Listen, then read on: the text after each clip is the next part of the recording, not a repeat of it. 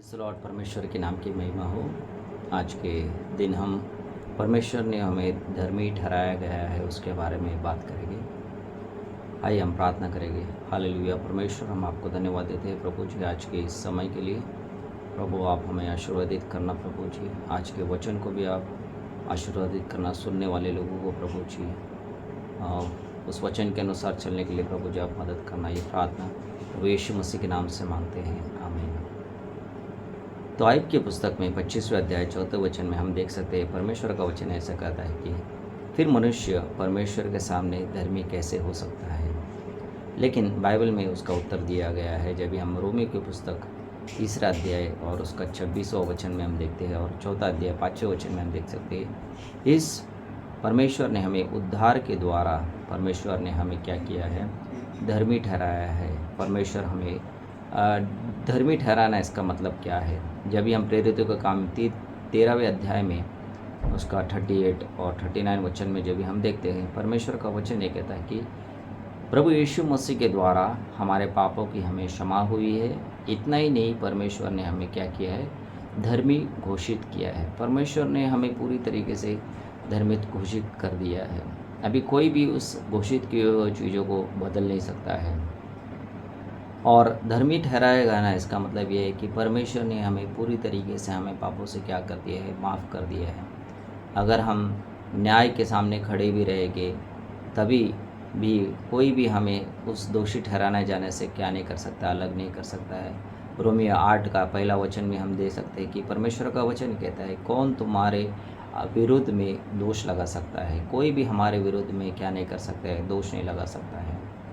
और धर्मी ठहराना गया जो है वो कैसे हुआ है, क्योंकि हमने प्रभु यीशु मसीह के ऊपर विश्वास किया है, इसलिए हम धर्मी ठहराए गए हैं।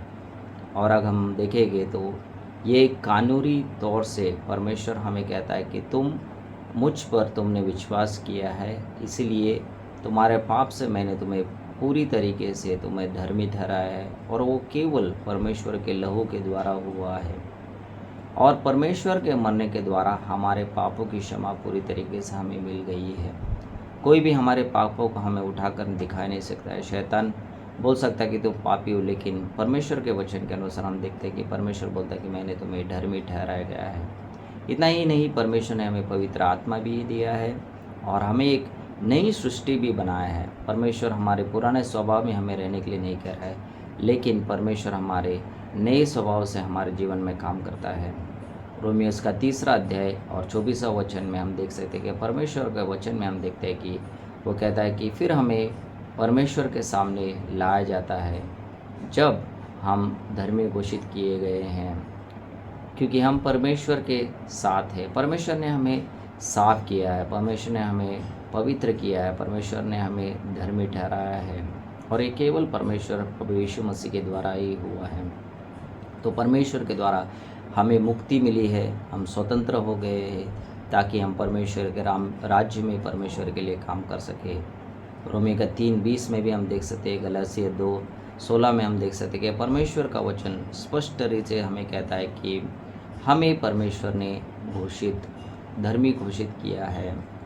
तो हमें और कोई भी हमें पूरा नहीं कह सकता है, क्योंकि परमेश्वर ने हमें पूरी तरीके से दोषी नहीं ठहराया, लेकिन धर्मी ठहराया है परमेश्वर ने। और ये हम जानते हैं कि हमारे अच्छे कामों से नहीं हुआ है, या हम कुछ काम किए इसकी वजह से परमेश्वर ने हमें न्याय नहीं ठहराया गया है। एक उदाहरण के तौर पर, अगर किसी व्यक्ति ने किसी को मार दिया, खून कर दिया, और वो उसे दुख हो रहा है कि उसने उस व्यक्ति का खून कर दिया है, और वो अच्छे काम करने लगा है, और उसको लगता है कि मेरे अच्छे काम से मैं अभी धर्मी ठहरा जाऊँगा, लेकिन ये ऐसा हो नहीं सकता है। इसी तरीके से हमारे अच्छे कामों से हम धर्मी ठहराए नहीं जा सकते। वो व्यक्ति सोच रहा था कि मैं अच्छे काम करूँगा, अच्छे काम कर कर मैं धर्मी ठहरा जाऊँगा, लेकिन परमेश्वर के वचन में हम देख सकते हैं कोई भी व्यक्ति उस तरीके से धर्मी नहीं ठहराया जा सकता है। हमारे अच्छे कामों से कोई भी पापी परमेश्वर के द्वारा धर्मी नहीं ठहराया जा सकता है, क्योंकि हमने पाप किया है। पाप के द्वारा जो वेतन है वो मरण है, हम जानते हैं। परमेश्वर हमें पूरी तरीके से धर्मी ठहराता है। परमेश्वर के वचन में भी हम देख सकते हैं कि अगर एक जज है तो क्या करना पड़ेगा, उसके पास कोई व्यक्ति आता है तो पहले तो उस जज को पूरी तरीके से सही तरीके से उसे काम करना पड़ेगा। वो यह है कि अब वो एक व्यक्ति को क्षमा नहीं कर सकता है, क्योंकि उसे क्षमा करने के लिए उसे पाप का दंड का जो भुगतान है वो भरना पड़ेगा।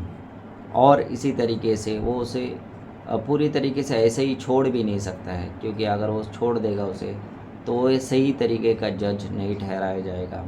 तो परमेश्वर ने ये दोनों भी कामों को क्या किया है, अपने ऊपर ले लिया है। तो परमेश्वर ने क्या किया, हमारे ऊपर जो पाप था वो परमेश्वर ने अपने ऊपर ले लिया और हमें पूरी तरीके से उन्होंने मुक्त कर दिया है। परमेश्वर के वचन में हम देख सकते हैं कि परमेश्वर ने हमें वैसे ही, हम जिस हाल में थे वैसे ही नहीं छोड़ा है, लेकिन परमेश्वर ने हमें पूरी तरीके से धर्मी ठहराया है। और ये हमें धर्मी परमेश्वर ने ठहराया है क्योंकि वह अनुग्रह का परमेश्वर है। परमेश्वर ने हमें अनुग्रह दिया है और अनुग्रह और विश्वास के द्वारा परमेश्वर का वचन कहता है कि हमें उद्धार मिलता है। और उस विश्वास से परमेश्वर ने हमें क्या किया है, धर्मी ठहराया है।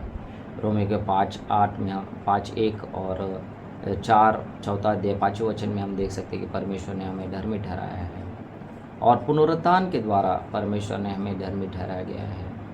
और यह परमेश्वर के काम के द्वारा हुआ है, हमारी ओर से नहीं हुआ। अभी धर्मी ठहराने की वजह से हम परमेश्वर के साथ एक हो गए हैं, हम परमेश्वर के साथ समाधान में हैं, परमेश्वर के साथ एक हो चुके हैं, क्योंकि हम धर्मी ठहराए गए। इसके पहले हम परमेश्वर के शत्रु थे, लेकिन अब परमेश्वर हमें उसका दोस्त बताता है, क्योंकि हमने उसके साथ हम धर्मी ठहराए गए हैं। अब हम परमेश्वर के साथ अनुग्रह के सिंहासन पर जा सकते हैं, क्योंकि पहले हम नहीं जा सकते थे क्योंकि हमारा पाप हमें रोकता था, लेकिन अब हम परमेश्वर के पास जा सकते हैं क्योंकि हम धर्मी ठहराए गए हैं। और हमारे पास एक आशा है, एक महिमा की हमारे पास आशा है, और वो यह है कि एक दिन हम परमेश्वर के साथ वो जिस जगह पर है हम उस जगह पर रह सकते हैं। और धर्मी ठहराने की वजह से हम परमेश्वर के साथ खुशी मना सकते हैं। हो सकता है हमारे जीवन में हम दुख से जा रहे हैं, लेकिन परमेश्वर का वचन कहता है कि तुम आनंदित रहो। हम दुख के समय पर भी परमेश्वर के साथ आनंदित जीवन जी सकते हैं। और आखिरी चीज़ हम देख सकते हैं, परमेश्वर ने उसका प्रेम हमारे अंदर उंडेला है। इसके पहले हमारे अंदर सिर्फ नफ़रत था, लेकिन वो परमेश्वर ने हमें उसका प्रेम हमारे अंदर उंडेला है और उस प्रेम के द्वारा हम काम करने लग जाते हैं। और जो पवित्र आत्मा परमेश्वर ने हमें दिया है, उस पवित्र आत्मा के अनुसार हमारा जीवन हम जीते हैं। पहले हम हमारे पापी स्वभाव से जीते थे, लेकिन आज हम परमेश्वर में खुशी मनाते हैं और उसके अनुसार, उसके वचनों के अनुसार हम जीते हैं। तो आइए, जो परमेश्वर ने हमें धर्मी बनाया है, उस धार्मिकता को लेकर हम परमेश्वर के साथ चले। जैसे आयुब ने कहा, कौन हमें धर्मी ठहरा सकता है? परमेश्वर ही है जो हमें धर्मी ठहरा सकता है। आइए हम प्रार्थना करेंगे। हालेलुया। परमेश्वर, हम आपको धन्यवाद देना चाहते हैं प्रभु जी, आज के समय के लिए। परमेश्वर, आपने हमें धर्मी ठहराया, इसलिए हम आपको धन्यवाद देते हैं प्रभु जी। इस वचन को आपने आशीर्वादित किया है, जो लोग सुन रहे हैं प्रभु जी उनको भी आपने आशीर्वादित किया है। ये प्रार्थना प्रभु यीशु मसीह के नाम से मांगते हैं,